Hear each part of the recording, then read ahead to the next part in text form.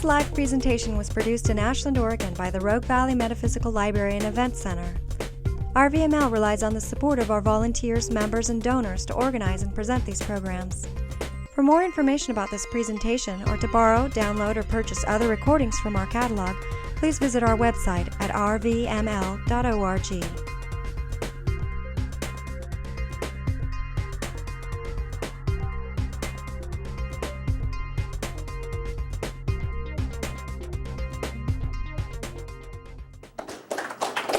Thank you. So glad to see you all here. Thanks for coming on such a gorgeous day. I know you're giving up the sunshine, so appreciate that. Can everybody hear me okay with this? This work well? Okay.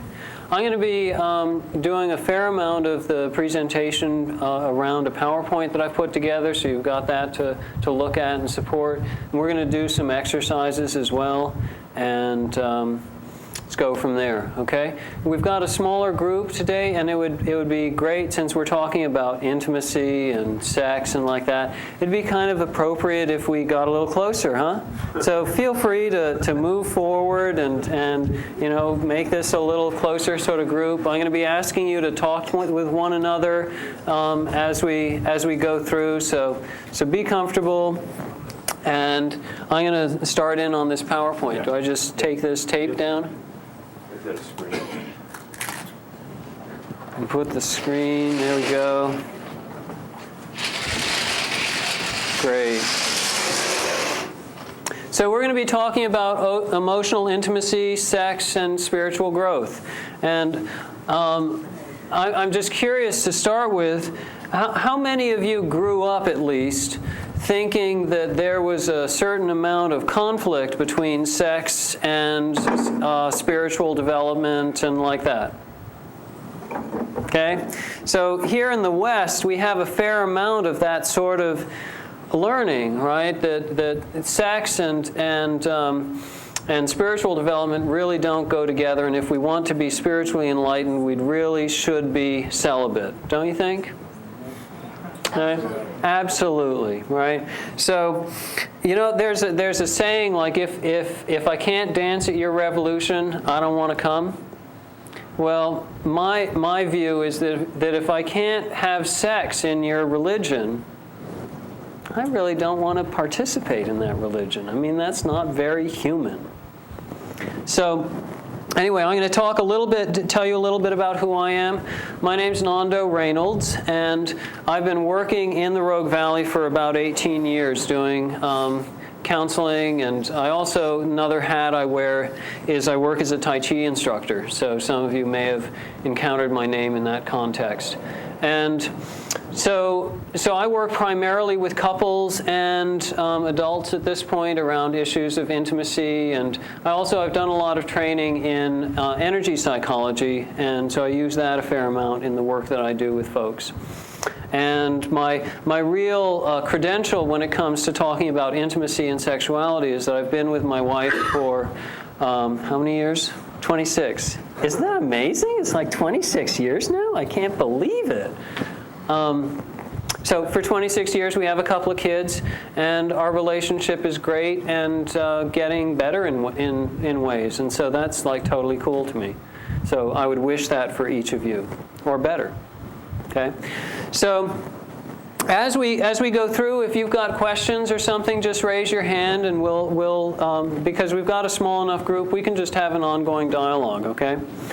So I'm going to be talking to start with about intimacy in general, and my view of intimacy is it's into me see. It's intimacy is the process of allowing someone else to see into me, and to learn how to see who another person really is. And the key to intimacy really is openness, is the ability to be open to someone. And there are three realms. There are three realms of intimacy. Intimacy with myself, intimacy with someone else, and intimacy with my higher power.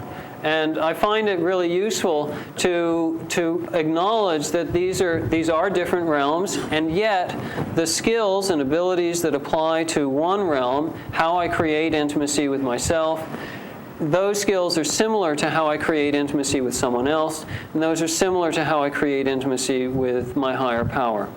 And we're going to be going into that a fair amount, and then taking that into the realm of sexuality. Okay? So, due to the pain of our histories, right, how many of you here have had painful events happen in your past? How many of you here have had situations with other human beings where you felt like, whoa, I thought I was safe with this person and now I feel somewhat betrayed? Okay? These are common human experiences, and because of that, we learn to protect ourselves, right? We learn to protect ourselves from other people and to sort of, here's my little castle image, to barricade myself into my little castle on the hill, right? So that's real. That's real. Painful past experience really has trained us to expect that similar experiences are going to happen in my relationships in the present, and that really I should treat myself in the same sort of way, and that in order to protect myself from repeating that kind of experience, I close down to my experience of the present moment. Now, when I use higher power in the context of this presentation, that's a synonym for me for being really, really present. My notion of enlightenment or spiritual development is that if you can just shut up and show up, what else is there? Right? And if you can shut up and show up on a really sensitive level, it's all here in this present moment. And most of us are busy protecting ourselves from it or doing something so that we're not fully present. Right? So I don't, we could have a long discussion about that one, right? But I just want you to know that's my position. Right? So it's sort of like, many of you have probably read Eckhart Tolle's The Power of Now and those sorts of his books on that. And I'm really in his camp, that if we show up and really are in the now, that's a very, very profound experience. And that's really all we have to do. So back to this thing about painful past experiences and relationships that we've had. They've trained me, my painful past experiences, my past relationships, they've trained me to defend myself in certain ways. They've trained me to expect that people are going to behave in a certain way. And so I have some knee-jerk reactions that are a little defensive. Anybody relate to that? Okay?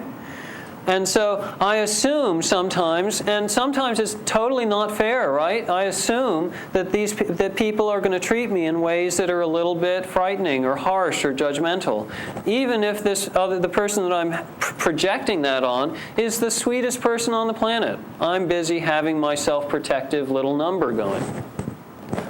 Okay. So, and also, I tend to treat myself that same way. If I'm defensive with other people, I tend to be defensive with myself. Does that make sense? Okay? You see that in yourself? It's like, if I'm expecting painful events to happen. Now let me back up. Let's say that I grew up in a family that judged and criticized me for displaying vulnerability. Right? So I grew up in a family, I actually did grow up in one of these families. Okay? So I grew up in a family that shamed me for displaying vulnerability. And so I learned to kind of have a tough exterior, okay? But, it's pretty obvious. I mean, if you feel my energy, it's like I'm a pretty sensitive individual. Okay? This is like genetic. It's not something that I can really do anything about. And so as a consequence, stuff impacts me.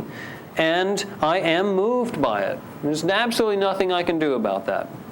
However, in my family, when I was moved by things, the tough exterior was really what they were trying to train in me and what they felt comfortable in. So I got a lot of shaming and judgment for being as sensitive as I am.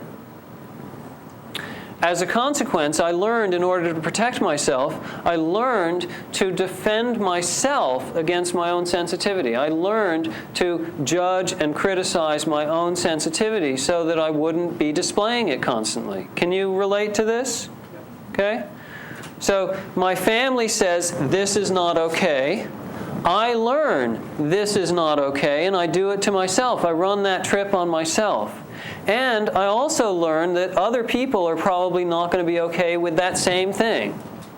Okay? So that's what I'm saying. We tend to take these past experiences, these painful past experiences, and apply them to our relationships with others, to our relationship with ourselves, and to our relationship with my higher power. Because who was your higher power when you were this big? Your parents, right? And if they judged and criticized you for something, the tendency is to psychologically to internalize that and go, oh, well, my higher power when I'm an adult is also going to judge and criticize, is also going to think that your vulnerability, that my vulnerability is somehow a bad thing. Okay? So, look, it died. Okay. So we become open. On the other hand, we become open when we feel safe, when we feel understood, when we feel cared for, and when we feel connected. Okay? So that's my target. Emotionally, my target is to feel open. And emotionally, my target with myself is to feel open. My target with my wife is to feel open. My target with my higher power is to feel open. And all of those relationships, if they are characterized by a feeling of safety, understanding, caring, and connection, I can open in those situations. And if I don't have that experience, well, I can't. So, I need to check my cheat sheet here and just make sure I'm doing what I need to be doing. So the reason for understanding this, okay, is that if we don't understand how we work, how our relationship with ourselves work, and how our relationship with other people works, well, how are we going to improve things? Like, how many people here would like to feel even more connected and open to yourself? That would be a good thing, right? And how about, would it be okay to feel even more connected and open to other people? That'd be a good thing. And how about like even more connected and more open to your higher power? Right? And better sex? Yeah. Okay, we can have that too.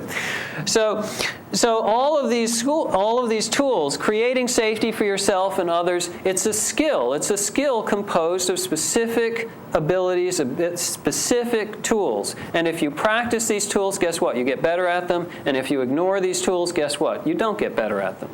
Okay? My family trained me not to pay attention to these tools. And so it was only when I started to work at being an effective psychotherapist that I went, oh, it would be good to notice and soothe people's defensiveness. So I help them feel safe. That would be a good thing. Don't you think that would be, as a psychotherapist, that's a really good thing. But that's a good thing in your relationships with other people and in your relationship with yourself. To notice when you're feeling uptight and do something about it. I don't know about you, but my family trained me specifically not to notice when I was uptight. That's a little bit of a problem, right? There's the skill of conveying understanding. Okay? I know, oh, this is a good one, right? When I was 11 and 12 and 13, right, teens, young teen, I was faced with having a lot of emotions that I really didn't know what to do with, and I felt socially awkward. Any of you have that experience? Okay. Now, I was watching Star Trek at the time, and I just loved Spock. I thought Spock was the solution, okay? I'm going to take my face and I'm going to go flat. And then no one's going to know what I'm thinking and feeling, and they can't jump on my case, right? So I studied how to not convey understanding, right? I studied how to be mysterious. Now, I should be a Freudian psychotherapist because that would actually serve me, huh? But the skill that we want to actually be cultivating is how do we actively convey understanding? how do we actively convey caring for other people so that we can actually make it safe for them? How do we actually allow ourselves to connect and to be moved emotionally by our interactions with other people? You ever had the experience of talking about something that was deeply important and moving for you, and the other person goes, gosh? You know, it's like they're not moved at all. Does that help you feel safe?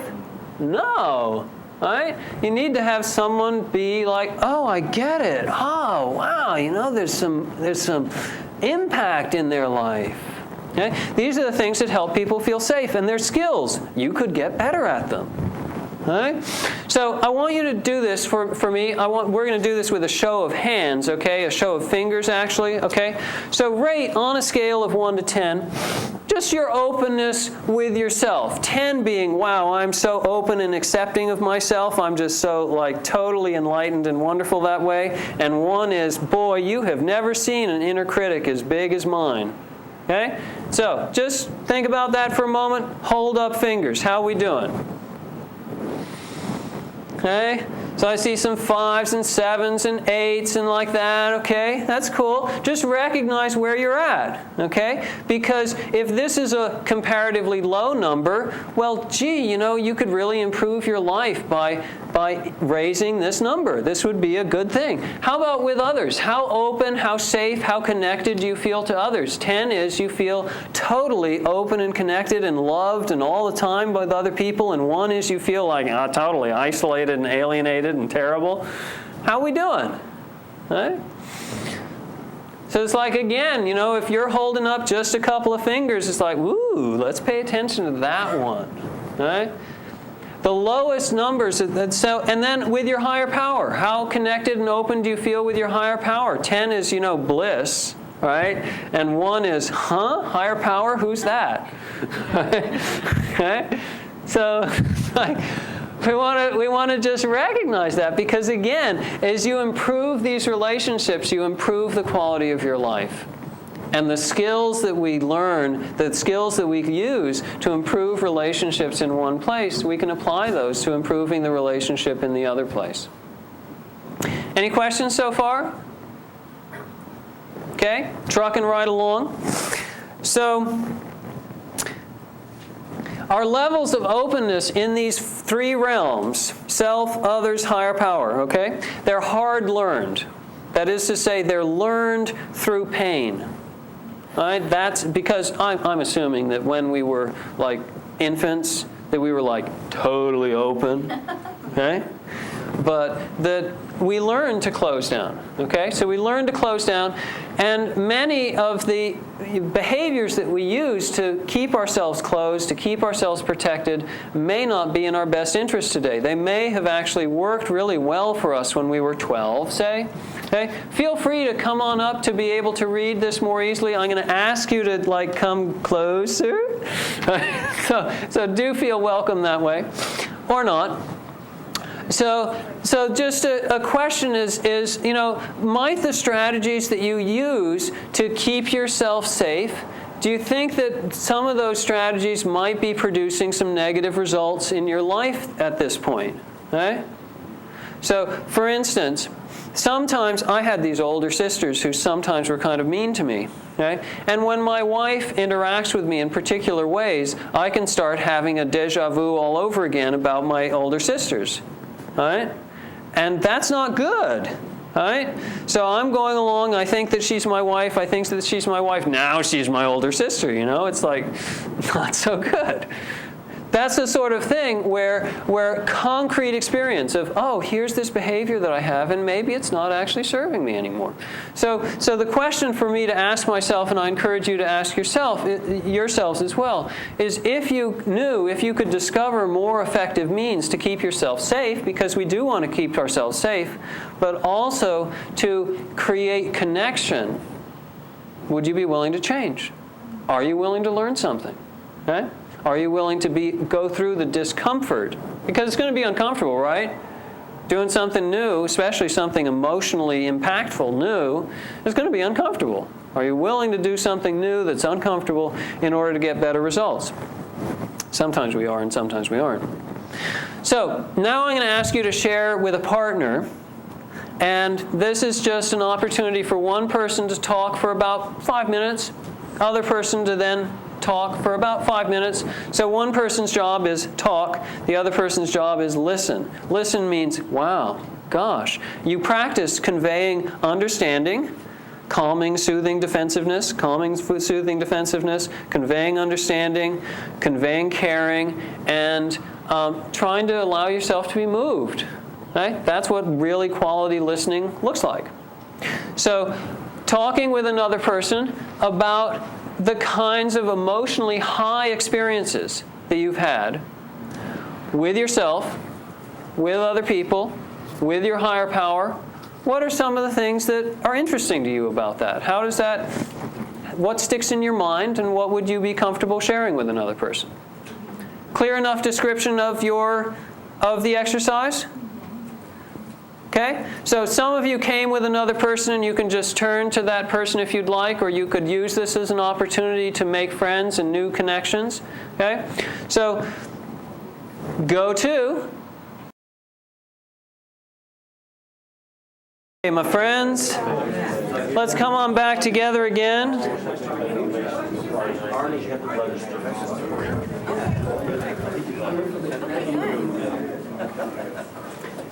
Yeah, I went to the astrology thing.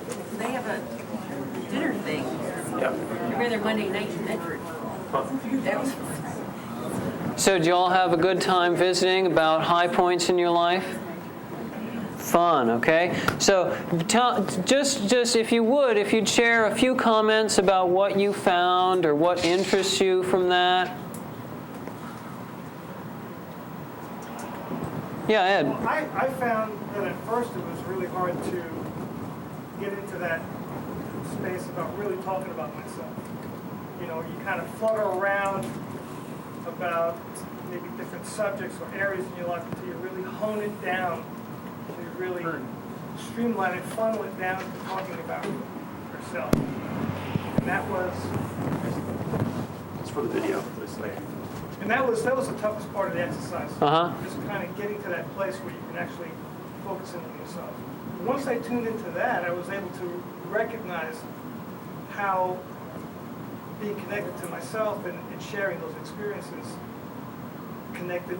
I mean, I was able to really get in touch with my experiences with other people, and then from there with my higher power. Cool. So it was all like dominoes, you know, just one link to the other, and I kind of made a decision when we were talking that I was going to explore that a lot more and bring that into my daily life a lot more.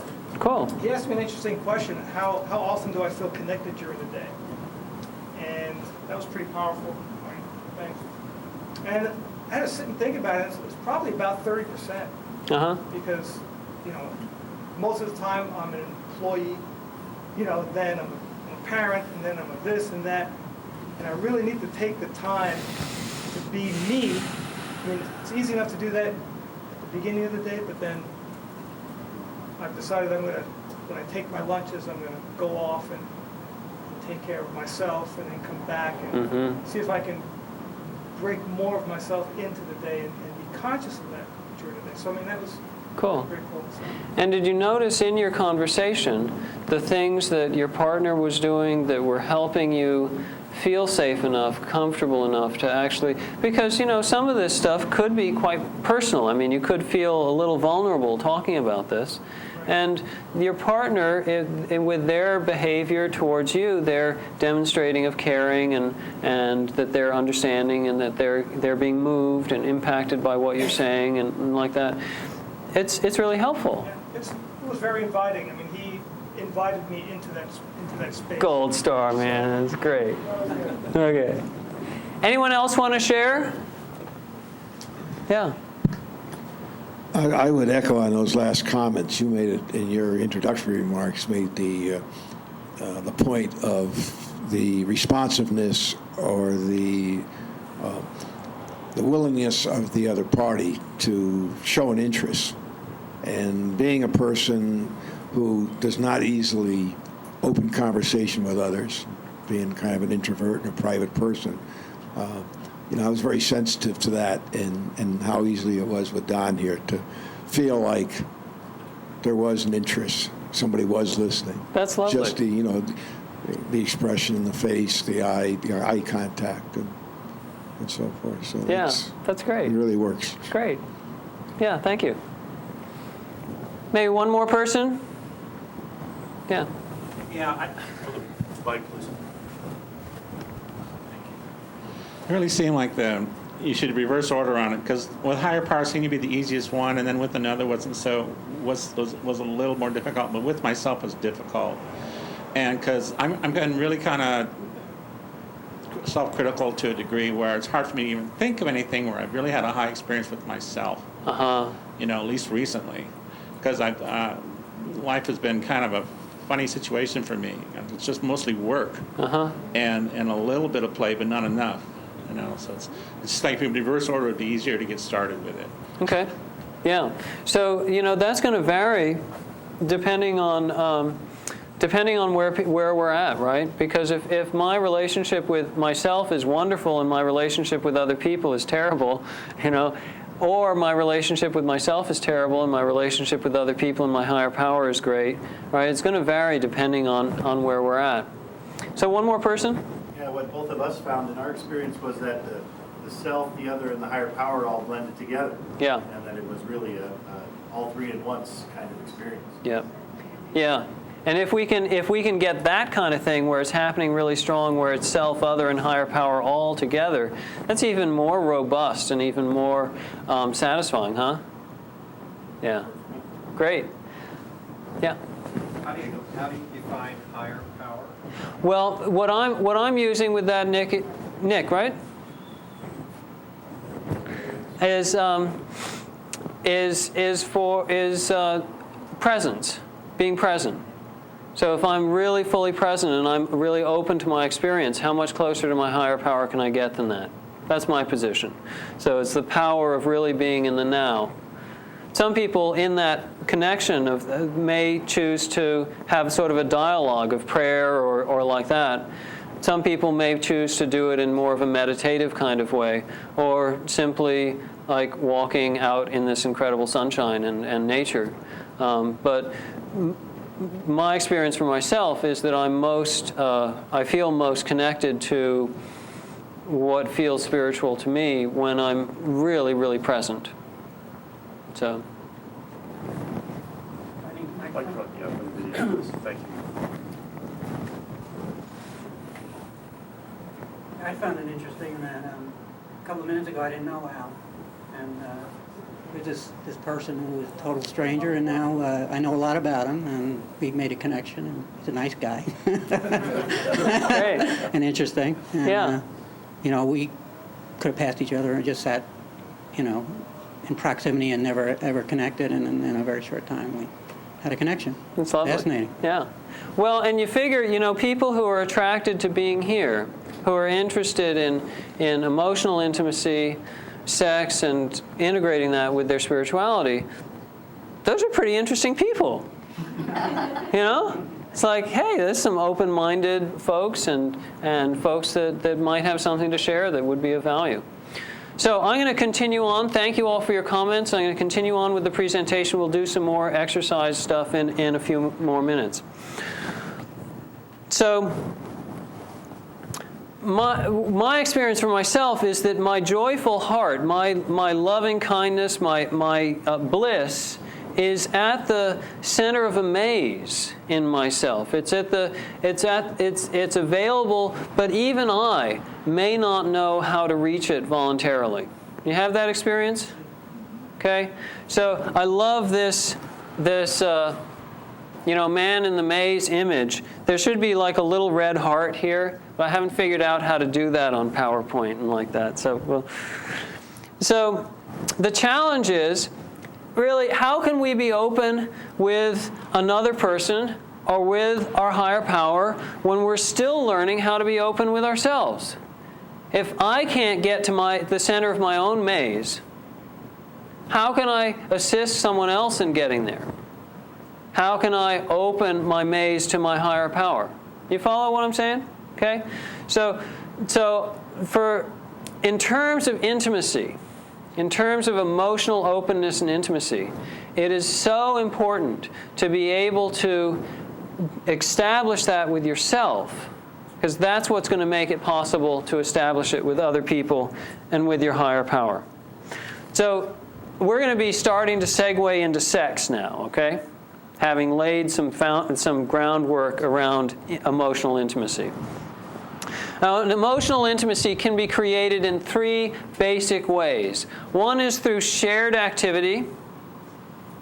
Shared activity is like going to a movie together, right? Or going for a walk together. It's this sort of parallel activity. Okay?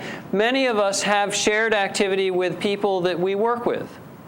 Okay? Shared activity. You get close to that person, in a way, simply by doing shared activity, or being on the same team, or being in the same project together. And then we have other validated intimacy, which is where I'm sharing something with you and you're creating an atmosphere that helps me share that.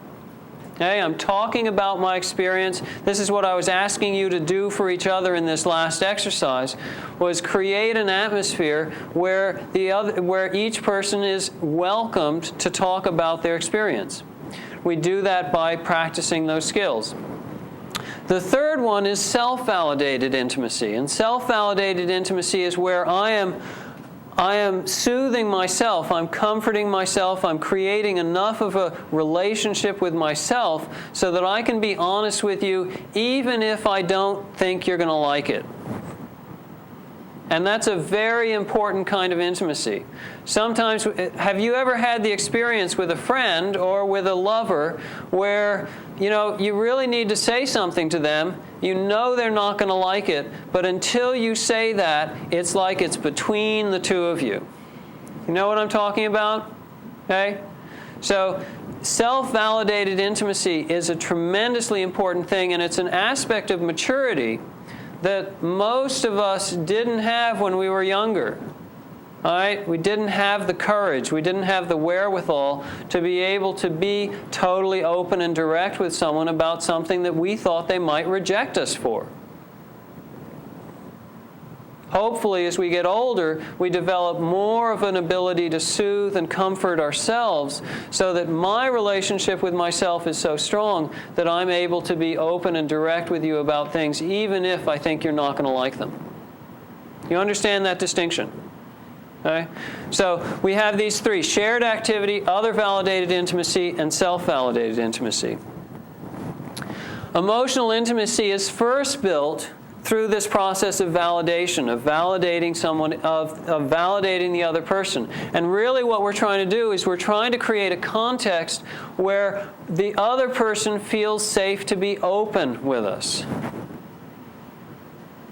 And I do that by conveying understanding, by conveying caring, by working on the connection, by being willing to be allowed to, by being willing to be moved, but also by recognizing that I don't know how to help this other person open up.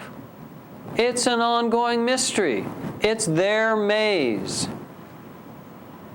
Right? It's not like, oh, I know that if I do this and do this and do this, the other person is going to completely open to me. That's not how it works, is it? Right? So we have to go to a place of, gosh, my intention is to create a space where you feel safe. My intention is to create a space where you feel understood, cared about, like where you feel like we're connected and that I'm being moved by what you have to share and you're being moved by what I have to share. But the reality is I don't know the specifics precisely about how to do that.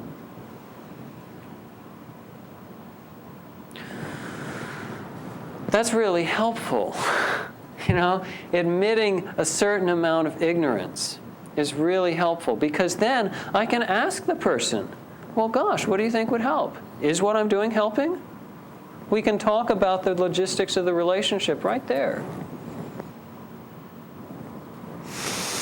So,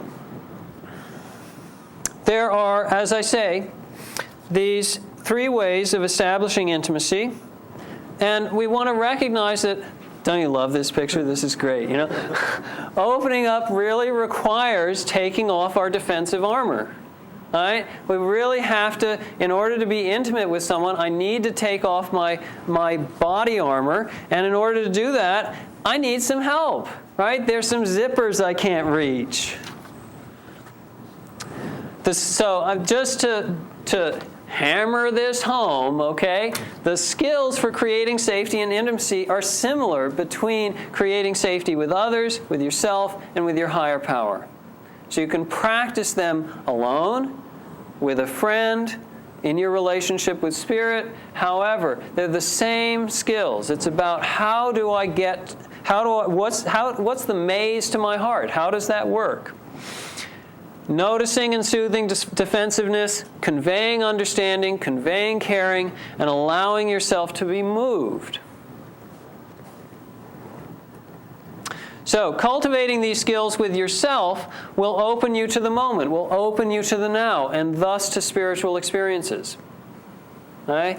When I really show up, you know, personally, I don't know about you guys, but you know how in the Bible there's that image of the baptism of Christ and the dove, you know, is there, right? I've always wanted a dove.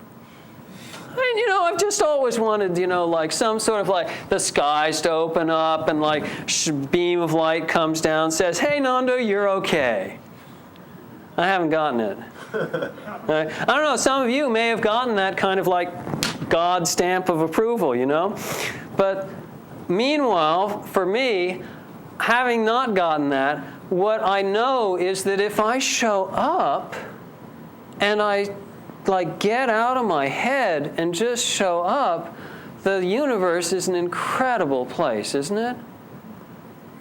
I mean, it's just like, wow. And I'm wanting something else? So, doing this with others, though, can lead to emotional intimacy and sex. So it's a little dangerous. Right? So if you get skillful at connecting with other human beings, guess what? You could find yourself emotionally close to that person. And if you're okay with that and you continue to do it, guess what? You could find yourself like wanting to have sex. So that's what we get to talk about now. We only have a few more minutes, but before we're going to take a little break, okay? But I just want to get our energy flowing in this way. So sexual satisfaction is a product. You remember product means X times Y is a product, okay? It's a multiplicative process, okay? It's a product of the level of intimacy and meaning that's going on in the connection times the stimulation and effective technique, okay?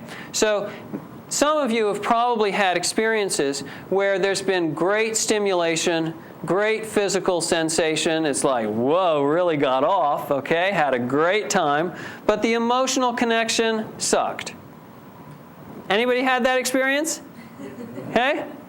Some of you have also probably had the experience where the meaning, the energy, the connection that you had going was really, really cool, but you know, the stimulation and technique kind of wasn't as good as it could have been.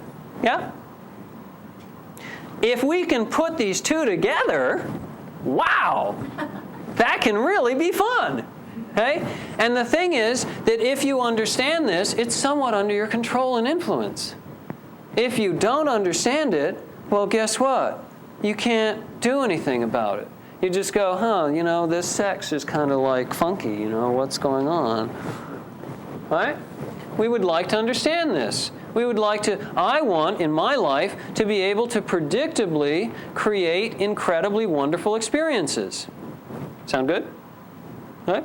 And I want to, you know, with my wife, I want to predictably create unusually wonderful sexual experiences because it's fun. So, how are we doing? We got 5 more like that? Okay. So we'll do a little bit more here. So the level of emotional intimacy sex is going to have is negotiated during foreplay. And that's really important to recognize. When you are in the heat of the moment and going at it like actually in the sexual act, you don't usually stop and go, hey, you know, this thing has been bugging me for a long time, and I need to clear it with you. Right? Oh, that'll go over big. That'll go really big, right? But if you have this idea of like, okay, here I am in my relationship with my partner, and there's some sort of glitch. Right? There's some kind of argument that we've had that hasn't been resolved. Okay? If we have sex and we don't resolve that argument first, how's the sex going to be? There's going to be that emotional disconnect. The physical sensation could be totally fine, you know? Okay? And as a guy, I'm able to go for, hey, the physical sex is just fine, you know? But chances are my wife is going to be, you know, saying, hey, excuse me, you know, the emotional connection sucks here, okay? So women usually are the gatekeepers that way, right? And women are saying, hey, what's the quality of the emotional connection? The guys are saying, well, what's the problem? My rabbit foot. Yeah, right. It's like, so, but the thing is that we negotiate this during foreplay. So we negotiate, well, how close are we actually going to be in this interaction? All right? And so we can do this consciously and purposely. We can decide, hey, guess what? I'd like to have a really wonderful experience, so I'm going to negotiate this stuff in foreplay. Now, just one last little thing here. So most people think of foreplay as the physical stuff you do to become ready for sex, right? So women are thinking looking, touching, kissing, caressing, murmuring, stroking, fondling, all that good stuff, right? And us guys, we're thinking, hey, I'm ready. Oh, okay, so we're going to take how many minute break here? A 10-minute break, okay, just to stretch, move around. The bathrooms are in the back here, and get a little bit of air or whatever. We'll be starting up in 10 more minutes.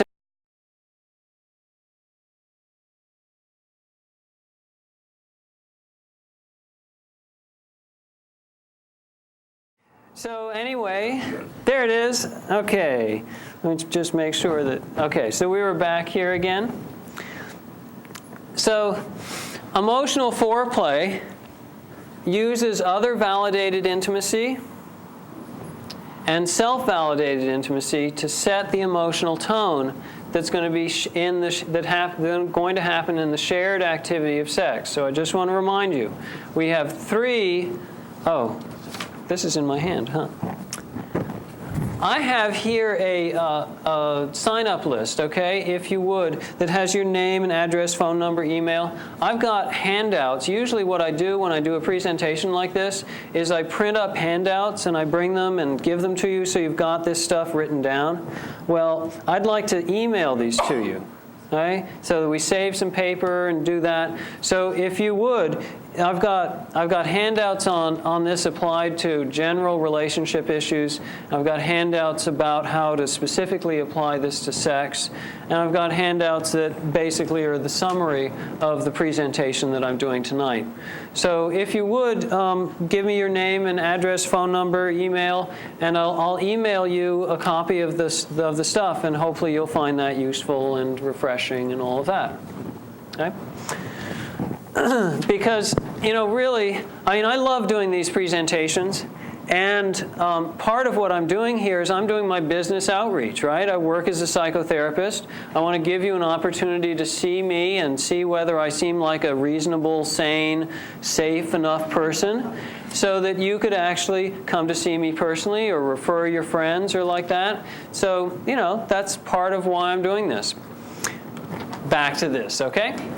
So, if you'll remember, I talked about 3 kinds of activities that lead to intimacy. The first one is shared activity, okay? And sex is shared activity, all right?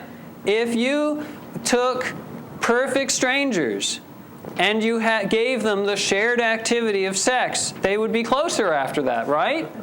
Hopefully. Okay, hopefully. Right? Some of us may have had that experience in our lives. Anyway, but then if we use in our foreplay, if we use other validated intimacy, that is, creating an atmosphere where the other person feels safe and open and welcomed, so that they're being expressive of what's real, and actually you create enough safety for them so that maybe they discover something new and discover what's coming up for them in the moment. It's very intimate. It helps them be present with you, and it helps them be open with you, and it's going to improve the quality of your sex. Self-validated intimacy. Well, maybe you're moving towards having sex, and this may have happened to some of you, and your partner says, "Oh, when you do that, I don't really like that. I'd rather that you did this," or "Could you do that a little differently," or like that. That's pretty intimate, right? I mean, if we're talking about what's happening in the actual sex act. And for some people, they hesitate to be open and honest about what feels good. Yeah? How are you going to have really great sex if you don't feel like you can be open and honest about a little bit to the left, please? Or stop doing that. Oh my God, when you do that, it reminds me of, or that's so gross. Or talk to me like that. We have our preferences, and some of these things that we could have happen in the process of having sex feel great, and some of them don't.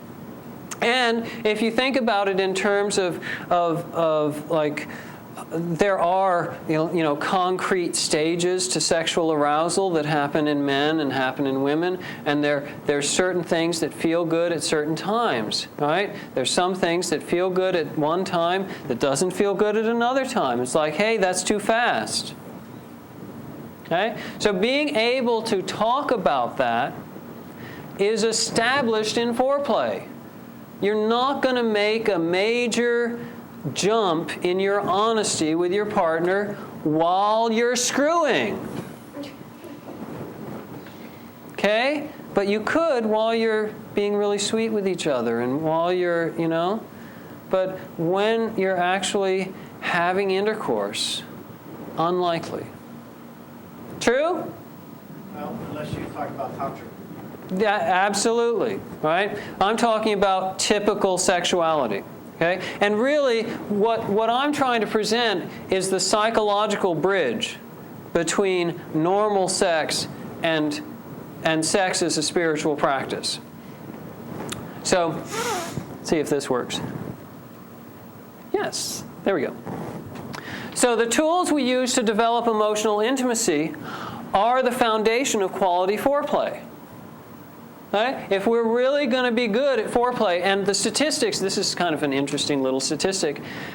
The statistics indicate that the thing that most women agree that they don't get enough of is foreplay. Okay? So the tools we use to develop emotional intimacy are the foundation of quality foreplay. And improving foreplay is the easiest way to improve your sex life, and can be the easiest way to improve your relationship. So, as a guy, okay, I just want to get laid. I mean, to hell with this foreplay. I just want to come, okay? So there's a certain amount of that, right? There's a certain amount of that lust and drive and pressure in me. And there's a certain amount of that lust and drive in women. Okay? So it's going to vary person to person. But what I know is that if I want really good sex, I'd better pay attention to this foreplay stuff. And if I think, as a guy, oh, we're talking about the emotional connection as foreplay, that's a really different like piece of information. I don't know. Maybe I should have figured this out like 10 years ago, but I didn't figure it out personally. I don't know about you folks, but I heard my wife's request for foreplay as physical activity, as a request for physical activity. I thought, oh, you want me to touch you this way or kiss you this way, and it's like, well, I could get impatient about that. I mean, maybe I'm just like so shallow. But the reality is that I can understand much, much better a request for, hey, I want to have a certain emotional connection. Because, once I have that experience, I want that emotional connection too. How about you guys? You want the emotional connection? Okay? It's like, when I was 18, I didn't know about the emotional connection. I wasn't driven by any emotional connection. I was driven by lust. Right? That may have or may not have been true for you folks, but happened for me. But now, I'm 45. Things are a little mellower. I'm not so driven. It's like there's a certain amount of relief about that. And I can go for quality instead of like, let's do it again. Let's do it again. Let's do it again. Instead of going for quantity. Okay. So, I'm going to ask you to do another little partner exercise, okay? And this is, I'm going to ask you to think about a sexual high point and to consider, well, how important was the emotional intimacy to that sexual high point? How meaningful was the connection? And what was the foreplay like? Now, when I use this word foreplay, I'm talking about, well, maybe it's physical foreplay, but maybe it's emotional foreplay. Maybe it's like, oh, let's negotiate what our emotional connection is. So actually being totally naked emotionally with one another makes sense. As opposed to, oh, I'm going to have sex with you, but I'm going to keep my armor on while I do it. Any of you ever had sex with your armor on? Pretty damn uncomfortable. Okay? Gets in the way, these little metal protrusions and stuff like that. Okay, and I'm going to ask you to share with a partner, if you would. Think about this, share something, right? I'm not asking you to go into the details in a way that makes you really uncomfortable, but to talk about a sexual high with some other human being. Can we do this? Okay. So you all have fun? Find out some interesting things about each other, get to discover some stuff in the process of sharing, I hope. So we have that microphone. I'd love to hear some feedback, some comments by folks.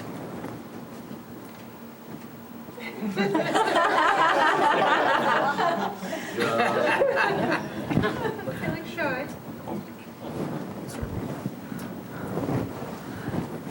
Another joke?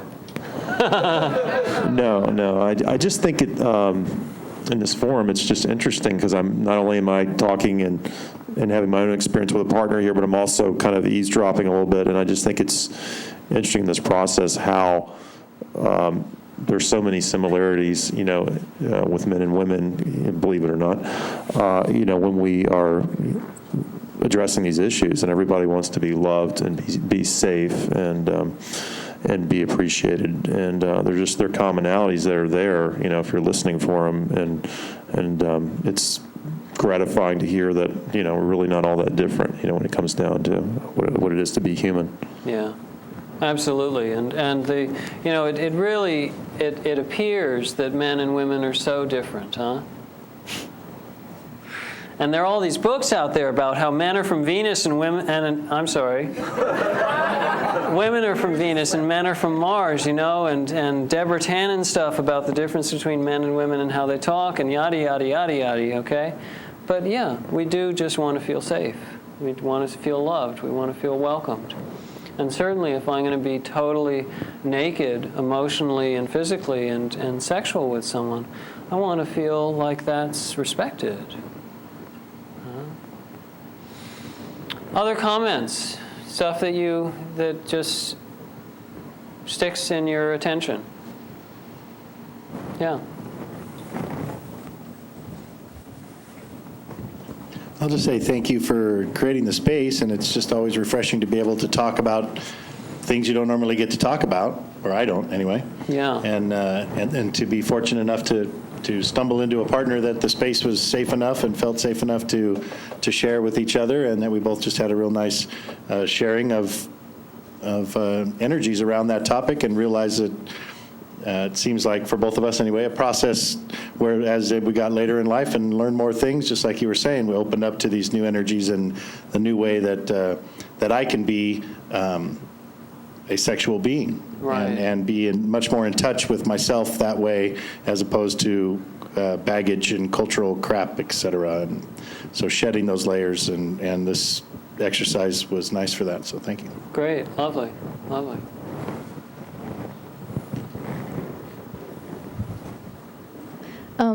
I guess I just want to share that one of the things that I notice for myself is that as a woman, that when I get in touch with my own sexuality and ask for what I want, what I've noticed is that my partners really step up to the plate, and that surprised me. So at some point in my life, I all of a sudden realized, oh, I can own this. Like, I know what I want. I can share that. And so as I started to share that with my partners, they were right there for me, and they were so excited. It's like, oh wow, you're telling me what you want. Oh, cool. And so that was a really wonderful shift for me, great. And to really, just that we as women can own it instead of waiting for the guy to figure it out. We can own it ourselves. And how are we supposed to figure it out? I mean, seriously, it's like if I was talking about how, we have a maze to our hearts. Well, we have a maze to our orgasms too, right? Like real high quality orgasm for me is not just about, rubbing is the right way, we can improve on that, okay? And women's orgasms tend to be a little bit more, the logistics tend to be a little bit more complicated. Us guys are like, it's pretty straightforward. But being able to talk openly with one another about that is tremendous. I mean, imagine, okay, let's see. I'm supposed to be totally open and sexual with this person, but I'm not allowed to talk about what feels good. Is that nuts or what? Huh? Or I'm supposed to, these days with the sexually transmitted diseases and like that, it's a little bit helpful, because prospective sexual partners actually have to talk about sexual history a little bit, And I remember when I was, first becoming sexually active, it's like I assumed that if we started being sexual and I interrupted that process to talk about contraception, that like the whole thing would fall apart. It was really hard, right? So that's actually an example of how, Okay. It would be a real downer, right? So,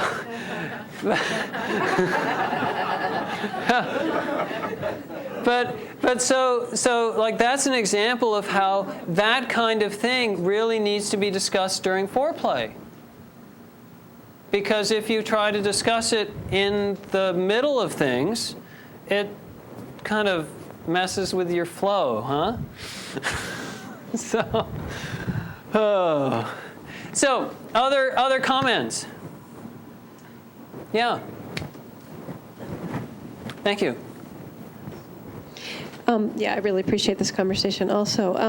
And I found when you were talking about saying what you want and putting in corrections and whatnot, that I have found that it's much more effective to do that from a place of acknowledgement rather than no, I'm going to correct you or whatever. So like to find something right, like to, even if it doesn't feel quite the way you want it to, that there's something good about what's happening, and that can be acknowledged, and then the request can be made over on top of the acknowledgement rather than over on top of, ooh, yuck, gross, gag. You know, it's just a little harder to hear. It is, isn't it? It's like, oh, God, no, I'm doing it wrong. And then I notice, my listening contracts when I'm feeling like I'm being criticized rather than there's something they're enjoying, and now there's something more that they're wanting, and then that's something I can move toward. Absolutely. And this is something that, like, if we imagine if you got together with your partner, assuming that you are sexually active right now and not just lying there, but assuming that you're sexually active in your life and you have a partner to explore this with, that if you got together with your partner and said, hey, let's just take this opportunity to see what just turns you on.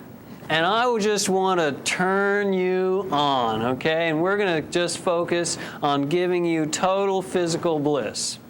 Oh, I'd accept that offer. Okay? And, if you took turns, that would be cool. Okay? Right? But to say, like there are things that my partner likes that it would never occur to me that would be what it's time for. And there are tempo issues, and I'm sorry, I'm just like too dense or something. I just didn't notice. So if we have that discussion again, if we set the ground for having that discussion during foreplay, which could be over the breakfast table, right? Hey, next time we have sex, let's talk about this beforehand, okay? No problem. Sure, let's do that, right? Doesn't have to be in the bedroom while we're actually moving towards having sex, right? It's legal to talk about sex. Did you know this? It's legal to talk about sex at other times of the day, right? You sure of that? Yeah. It's like, picture this, Don. I mean, here we are. I have, I picture relationships in a way, they're like a two-person juggling act, right? You toss the ball, and the other person catches it and tosses it back, and you're doing that, right? And if we wanted to get really good at this, well, sometimes the ball's going to end up on the ground, isn't it? Certainly with me it would. And if my partner said, boy, you fucked up. You just dropped that ball. Right? Oh, excuse me. Oh. That wouldn't go over very well. That wouldn't work very well. But if my partner were to say, oh, we just dropped a ball. I don't know what happened. What, okay? That's much easier. If we're saying, hey, we're trying to create a blissful sexual experience where both of us feel respected and loved and honored, and where our preferences are delighted in, and we're really creating something wonderful together, that's our intention.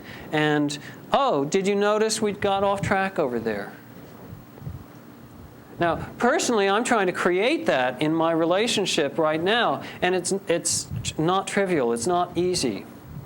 Okay? This is really kind of challenging for me to allow myself personally to be responsive, like you were saying, responsive to my preferences, right? And really paying attention to that. And particularly as a guy, I mean, I'm accustomed to the idea that, well, guys don't have preferences particularly.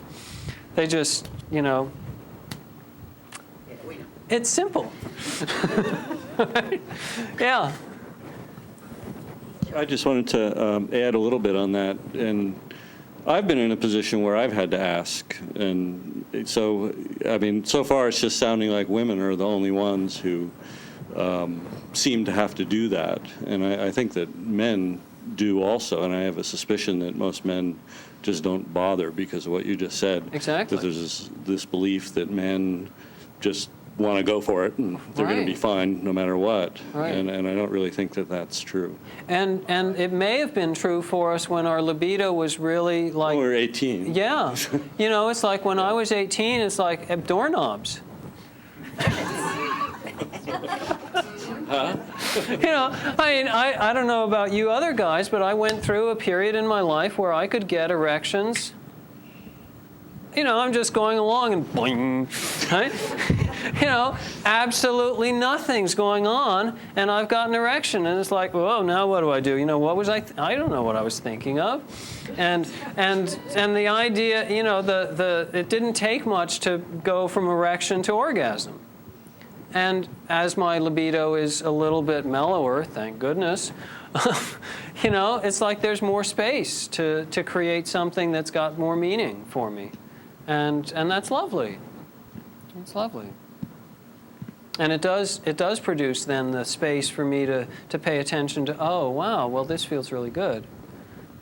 And for me, I don't know how it is for you, but for me, what really, really helps is what really improves the quality of my sexual interaction is if I pay attention to the emotional connection. Yeah, absolutely. And I'm not particularly, in a way, I'm far less fussy about the physical stimulation that is happening, because as a guy, again, it's like that part seems to work pretty straightforward for me at this point. Okay? But if I pay attention to the emotional content, wow, I can produce a 10. And if I don't, that was nice, I got off. Other stuff? Yeah, it's interesting we're talking about all the value of foreplay. I guess I was blessed that I kind of learned that lesson a while back, and I did it strictly out of, when I look back at it now, pretty much out of selfishness. And it was just how to win the game, so to speak, right? I want to succeed at the male-female game. Yeah. And I found two things. If women find a man who knows foreplay, number one, you never have to be an aggressor for sex after that. They will come back. You don't have to be the person, you know what I mean? Yeah. And like, that gets removed, and it's there. And then secondly, she tells her friends, because women all share, and if they find a good lover, the second she is gone, her friends are lined up talking. It's true. When I was younger and I was just playing the game, that was just the best way to play. I found it. And then, if I was going to improve the love life of America, I would say you take all those young guys and teach them about foreplay, and then just let them loose, and everything after that would probably pretty well take care of itself.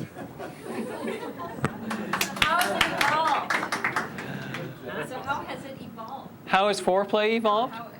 Oh, how has it changed for you? Well, I'd say at this point, it's coming down to the higher power connection, right? It's come down to anymore, I want the higher power connection along with the other connections. And so basically, I don't play those games anymore. It's not a game anymore. Now it's like a partnership on all the chakra levels. Excellent. Okay, so we have about 10 more minutes to the presentation. I want to run through some stuff to sort of recap and give you some homework a little bit about, well, if you're going to play with this in your bedroom of choice, because, that's what this is about, after all. Let's see if we can get this up.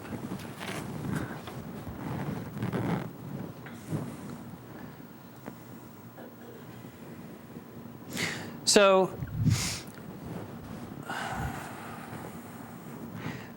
there we go. So as I said, we've got these tools, right?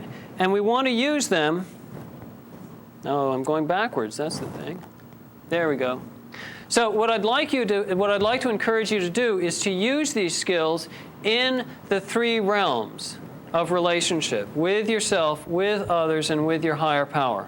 And to set the intent to start with, which is, I'd like to learn how to help you feel safe. I'd like to learn, like if we're talking sex, I'd like to learn how to pleasure you, how to just totally light you up. What does good foreplay look like for you? If we're going to integrate the higher power connection in there and start to work on some tantra, how do we do that for you? Okay? And conveying understanding. I understand your content as well as your emotional tone. I get your emotional tone. And so if I'm using that with myself, right, I'm being quiet and attentive to myself, and I'm talking to myself on purpose in exactly the same way that I would talk to another human being. I'd say, oh, wow, so let me feel these tender places inside. Let me connect with myself that way.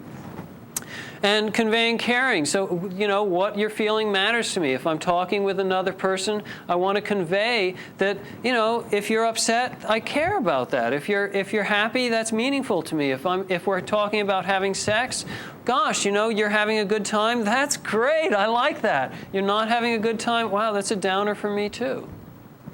All right? And really connecting. This is a hard thing for some people. Connecting is about allowing yourself to be moved.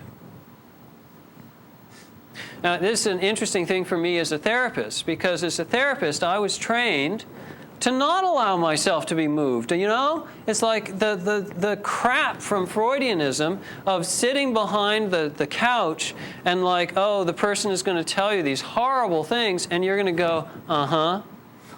Gosh, tell me more. It's so freeing for me to know that if someone tells me something that's upsetting, I'm allowed to cry. Wow, I can be a human being, as a therapist. I mean, it's great. So, but also as a human being with another person, if they tell you something upsetting, allow yourself to be moved. It will increase your connection with them tremendously. It's a risk, too, because it's a certain quality of vulnerability, right? To allow yourself to be moved. I encourage you to take that risk.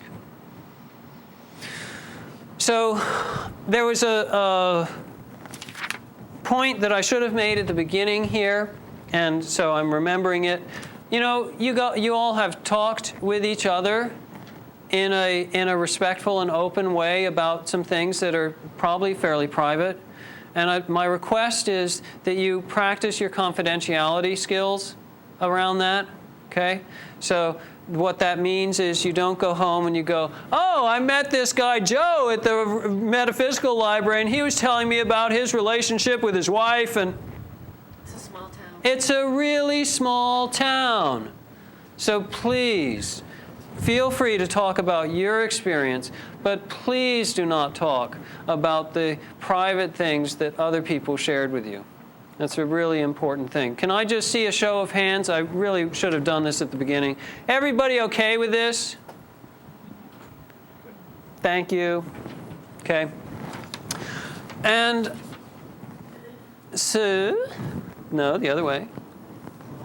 So I want to offer you a couple resources for further exploration, okay? As I say, I do individual and couple psychotherapy. I also do these groups and workshops that are focused around creating intimacy. And I'll send you, if you wrote down your email and like that, I'm going to be sending you the notes, summary notes and handouts and like that. And you'll also therefore have my email to bounce back, and just let me know if you're interested in some of this stuff, because what I need in order to do a group or to do a workshop is, guess what I need? Interested people. Huh? So I can't just like stand up and say, well, I'm going to do a group now. I actually need people who are going to show up and do that together. And these can be tremendously powerful.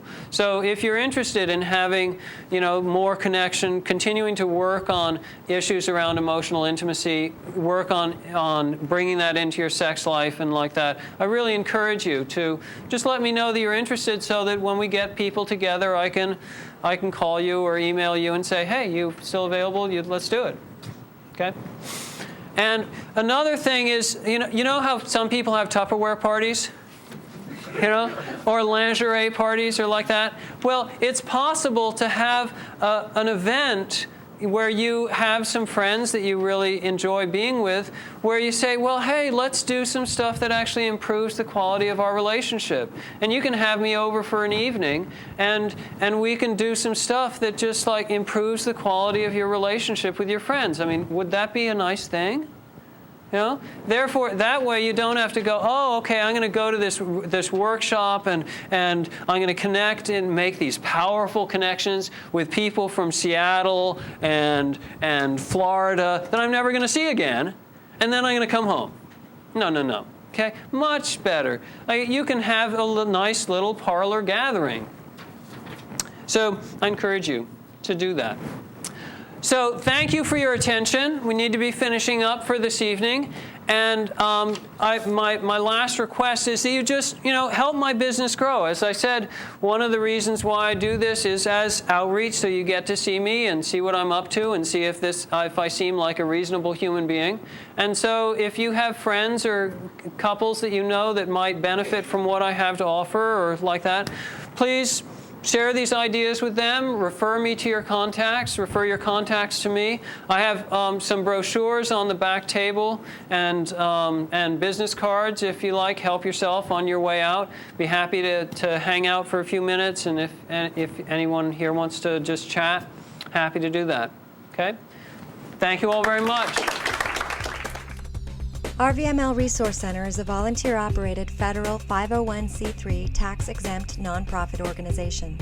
RVML is dedicated to providing easy access to a comprehensive collection of information on a variety of metaphysical, spiritual, and personal development subjects.